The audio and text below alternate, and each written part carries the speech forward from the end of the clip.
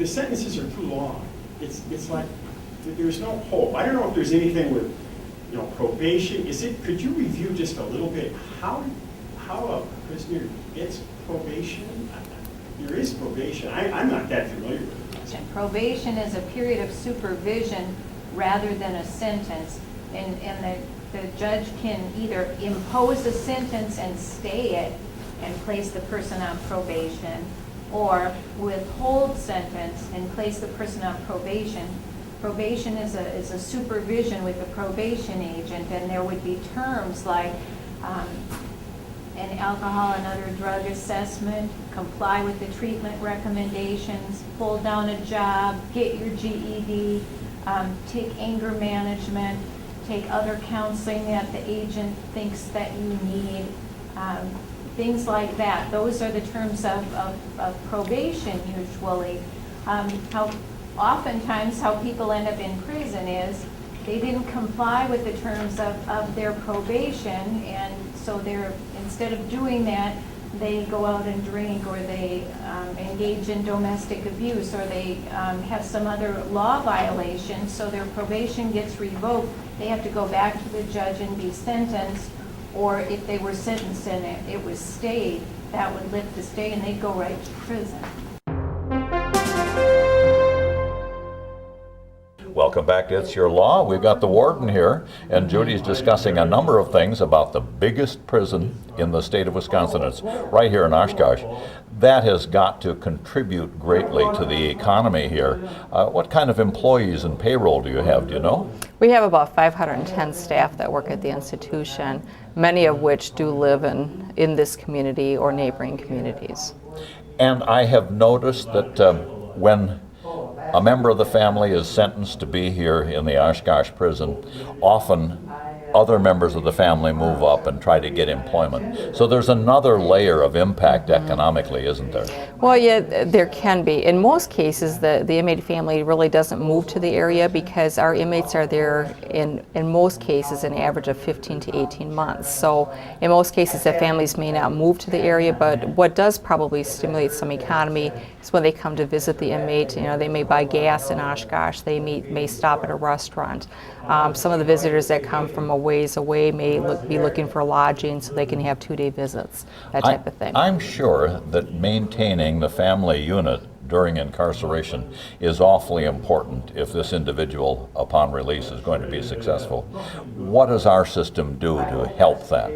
Well, it is very important, George. It's very important that the inmates that have visitors, family and friends that will come up to be with them, that they support them, and we know that that's an important part of their transitioning back to the community. A couple things that we've been doing. We obviously, like any institution, we offer visiting times where an inmate can have a visitor 3 times a week. During that time, you know, they can be together for either 2 or 3 hours depending upon the day and spend time with their family. Visitors have to be approved. They have a limited number they can have on their visit list, but you know, we encourage that. Another thing that we've just started doing about 1.5 years ago, when our inmates complete like their HSED or vocational program, we have what we call kind of a completion ceremony program. And while it's not your traditional graduation ceremony, we want to recognize something positive that they've done. And we have started asking that we allow them to have, you know, some family members coming in to observe that ceremony, to be with them as they are recognized for that achievement. And we think that's been a very much a success, to see the parents coming in with an offender who perhaps dropped out of high school, did not complete, and kind of went down a wrong path, to see the parents, you know, sometimes tears in their eyes that their child finally, you know, they did what they were hoping they would have done maybe a number of years ago. It's very moving, and I think that's an important part of our whole reintegration plan, that we involve the families. And some people actually get to take courses here at the local university, don't they? Not from our institution. Oh, that's a different they do institution. Not. But we do have what's called the Convicts to College program. There's actually a professor and some students from UW Oshkosh that come into the prison and spend time talking with them about college and trying to expose them to that whole atmosphere, because we do have some offenders that when they get released will be going to college. We also do have, through a federal grant program, we have about, I think it's about 12 inmates who are doing what we call an offender college through the air program, where they, through a television type of a program that they're taking classes through MATC out of Madison. So they do have access, at least some of them, to typewriters, computers, and correspondence courses, and they can pick up some credits that way. Yes, and they are able to take correspondence courses that are approved, but that is something that they have to pay for on their own. Do any of them work and make money? Yes, they do. Many of them have jobs in the community or at the institution where they will work, whether it's like in food service or whether they'll work as like in the library helping other inmates find materials, inmates that work in maintenance areas for us, that type of thing. For example, like in our food service operation, we have maybe 13 or 14 civilian staff and almost 100 inmates who work in that area that help us serve the food. And can they make purchases with the money that they earn, or does that get contributed toward the cost of their keep? They can actually, some of the money can be used in what we call a canteen, which is like a commissary. But there's also certain percentages of wages that are incoming monies that go to things such as victim witness charges. If an offender has child support that they need to be paying, you know, if we have a court order to take out child support, we do things like that as well.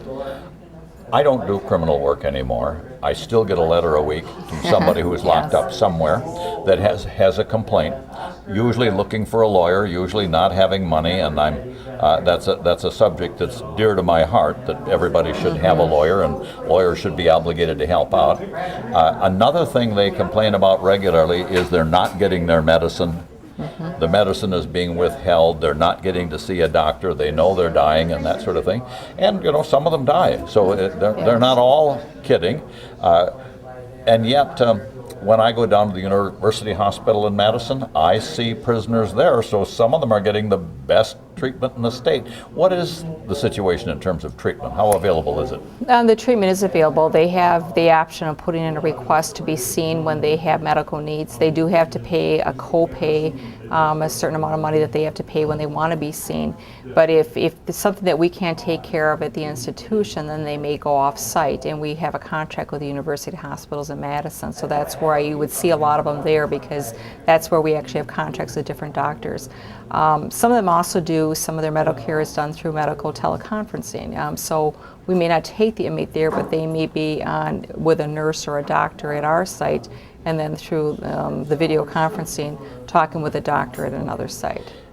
Do you have qualified people, psychologists, dentists, physicians, right there in the institution? Yes, we do. Yes, we have a full medical staff, and we have clinical staff that work with the inmates on a routine basis. Okay.